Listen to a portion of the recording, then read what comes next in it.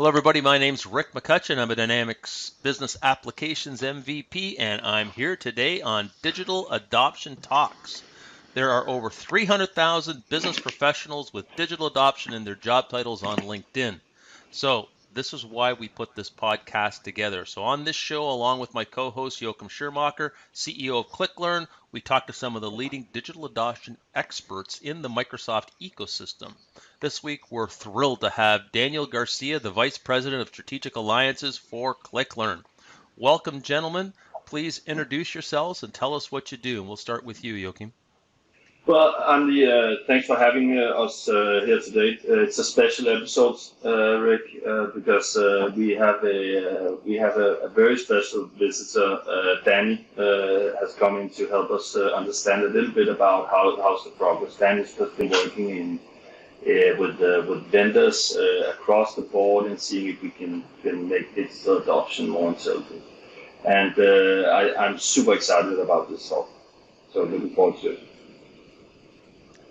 Okay, Daniel, tell us who Hey, you are and what you do. yes, absolute. So first of all, great to be here. Hi, Joachim, hi, Rick. So I'm head of strategic alliances here at ClickLearn. In essence, what that is, I help software vendors deliver better training and adoption for their users. Okay, great. So when you do that, let's talk a little bit about ClickLearn for people who don't know about the product and what does ClickLearn actually do for these software vendors? Sure, sure. So it's my responsibility basically to identify and develop relationships with independent software vendors that are looking to fill a gap. They're trying to answer this question.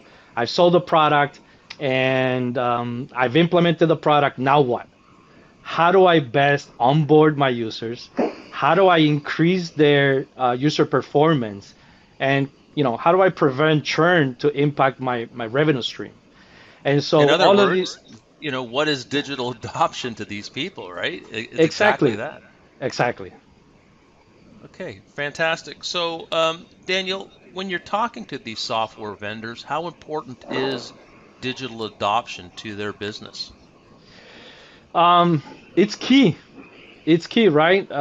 What they see in digital adoption is scalability, right?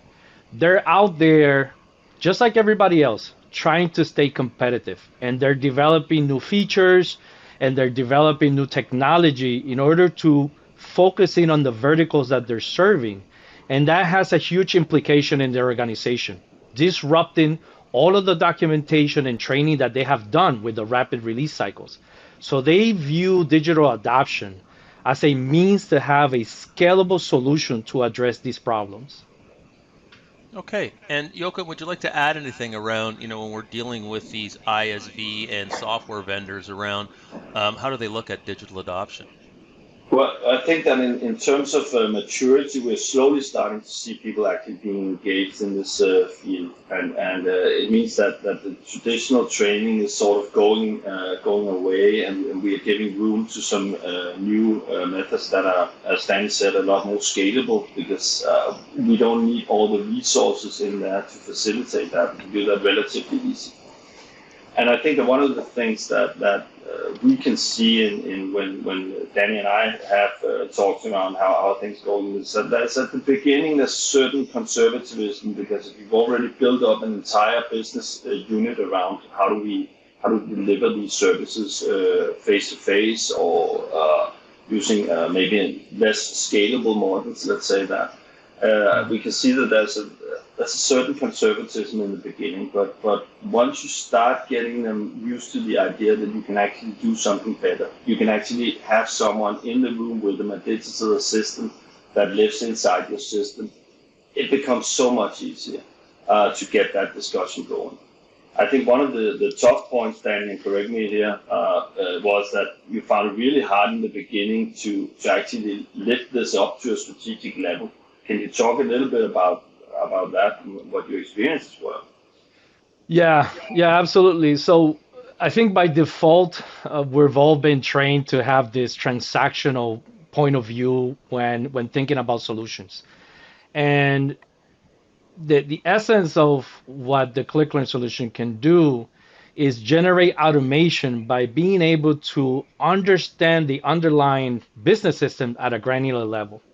And that implies that both of us, right, ClickLearn and the software vendor, have to collaborate in order to generate that efficiency. Ultimately, what we're doing is we're giving them the means to create and maintain everything that they need to do with minimal resources, right?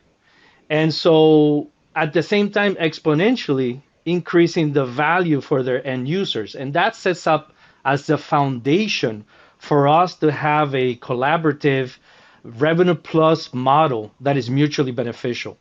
And so being able to transcend from a transactional experience to a collaboration long term, that I think has been the biggest initial challenge. And if I could just add, like I've got a lot of experience actually running ISVs, and when we're building a product for the first time, or more mature companies, the idea is, oh, we're going to build a product because we can resell it, right, to many people over and over again. And then cloud computing came along, and all of a sudden, people who wanted to buy it weren't.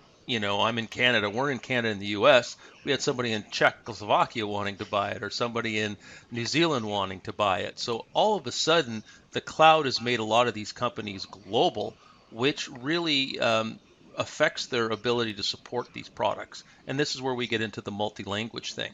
So when I'm talking to software vendors about digital adoption, we think about the training piece as a big part to keep people trained. But I think the real problem or the real issue is support, right? I'm constantly trying to make my product better. I have this roadmap and I'm adding functionality. And when I talk to ISVs, a lot of them are, updating their product on a monthly basis, which is a lot for the customer to absorb.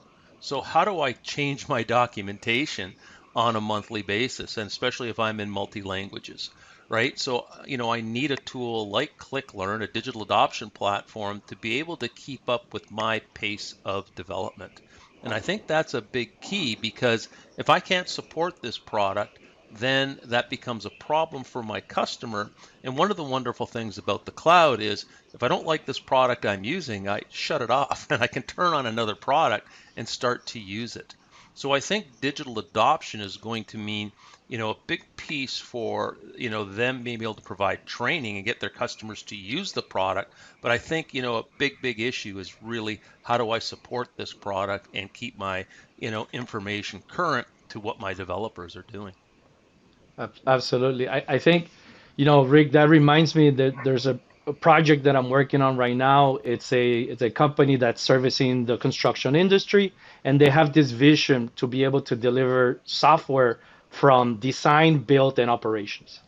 And the roadmap to get there involves for them to build technology, but at the same time also acquire other solutions.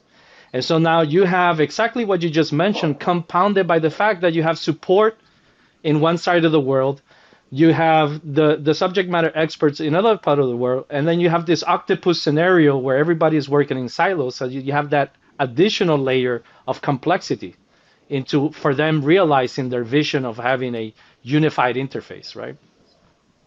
And construction's a great example of this, because I've worked on construction software in the past, and part of the problem is on a construction site, I'll have 3 or 4 layers of contractors. I'll have a general contractor, I'll have a design contractor, and then I'll have a mechanical contractor, electrical contractor, and they're all trying to come together to put this building in place, right? So if I'm trying to, and for years they weren't automated, everything was done on paper. So if I'm going to automate these people, I've got a whole bunch of people coming in and out of my projects that are going to have to be able to use this technology. How am I going to train and support them? I'm going to hand them some kind of tablet or device to work with. Well, I've got to be able to support that. So again, I can build the software, I can acquire it, but how can I get the users supported and trained on it? I think there's the way, many examples. Yeah, I think you're touching on something really interesting. The way that we normally start our conversations with the large software vendors that Danny is contracting with is that we start out with saying, if imagine that you had a complete set of resources available to you. What would be a vision of how you would adopt users, making sure you drive user performance forward? What would that look like? And it looks amazingly different from what they're doing today, every time. It's not, there's not a sense of that they're content out there, right? They're not happy with what they're delivering today. They're doing that out of need. Because if you're servicing 6 different releases across the board, you're going to end up with that PDF document because that's all you have time to do, right? But if you imagine that being created automatically and maintained automatically with each new version coming out, then it's a completely different game, and we can actually strike some interesting conversations. And I can see that the people that we are speaking to are typically vice presidents of training or vice presidents, and they didn't go 6 years to school to learn how to teach people in order to create a PDF document. They have visions back there, but someone told them at some point in time, look, you just need to deliver, right, buddy? And then it ends up with these types of documentation, lack of resources, constant battle. The idea that our training capacity is basically just a cost center, right? All of those ideas come along. And when you present them with the opportunity now that you can do this with the resources you have on board, you can create that vision that you wanted to. It creates excitement out there. You want to add anything to that, Danny? Yeah, absolutely. I think also we forget it's just the tool to do it. You need to collaborate. And everybody's using different solutions, support, product people, the onboarding. So they're using different solutions. They're not communicating, quite frankly, because there wasn't a unified tool to allow them to do it, right? And so this is now it's possible. It's not necessarily that they want to do the bare minimum. Is up to now, there wasn't an off-the-shelf solution that could meet all of their requirements, and that's why strategic alliances is a collaboration of 2 companies getting to that vision, and each vision is unique to each vendor. And I think traditionally this whole world of software implementation, training was always an afterthought. Like I've seen so many project plans over the years where we'll have 400 items and one item at the bottom says train the trainer, right?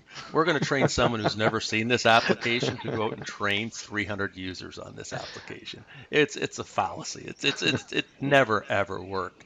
So I think finally now we're getting to a point where companies are saying that's not good enough. Education, user adoption, we got to get people working this because, traditionally, everybody kind of worked in silos in an office, right? We had Excel spreadsheets, we had applications, and we had the ERP system sitting over here. Everybody kind of did their own thing. But I think now we're moving everything to the cloud. We're following this Microsoft vision, and all these applications are coming together. So there's no more silos and hopefully no more spreadsheets of information out there. So I think organizations are saying, well, if we're going to get to the cloud and we're going to get this productivity to a point where we want it, then we've got to make sure everybody's rowing in sync and understands how to use this technology. Yeah. So, gentlemen, thanks for today. I just want to know if you have any closing thoughts about digital adoption now and really in the future. What do we got coming up? Daniel, let's start with you. Yeah. Look, I was trying to remember a quote from a Microsoft virtual conference event that took place, and I had to go back into my emails and I pulled it up. So the quote was 86% of Fortune 500 companies are using Power Apps, right? The message was that there's going to be more apps created in the next year or so than all the apps that exist currently. And I'm thinking to myself when I hear these quotes, from an empathetic point of view, my gosh, what it means for the end users. That's a lot of new technology that people have to learn. And so I'm very optimistic towards the future when it related to digital adoption, because there's going to be a user experience that I never got to have when I was working in my previous jobs and had to learn a new ERP. And so I think technology is meeting how the world is changing, and organizations are going to be greatly poised to meet and live up to this digital transformation that they have to do, right? Okay, thanks. Joachim, any closing thoughts? Yeah, I think that the road that we've taken with the strategic alliances and the idea that we need to be strategic around digital adoption with the company. It's not, normally when we get in there, they tend to say, okay, what's this going to set me back? And we say, look, we're trying to do a profit sharing model with you because it's actually something that obligates us in the very distant future to keep current with your needs and the way that you see the business evolving. And that initially is like, okay, thank you, I'm already married. I don't want to do that. But after a couple of months, I mean, it really gets down to, okay, we can see that we can drive that vision forward with you. And we can see that it's a constant effort to get there. It's not about delivering a product and saying, thank you so much. We are doing that successfully with a lot of clients and a lot of technology. But in order to really deliver the values, you need to be strategic with the company, with the vendor that creates the software in order to get that to function in an ideal scenario. Okay, gentlemen, thank you for joining us on Digital Adoption Talks, and I'm sure we'll be back to you in the future to find out more about digital adoption and cloud software. Thank you. Bye for now. Thank you.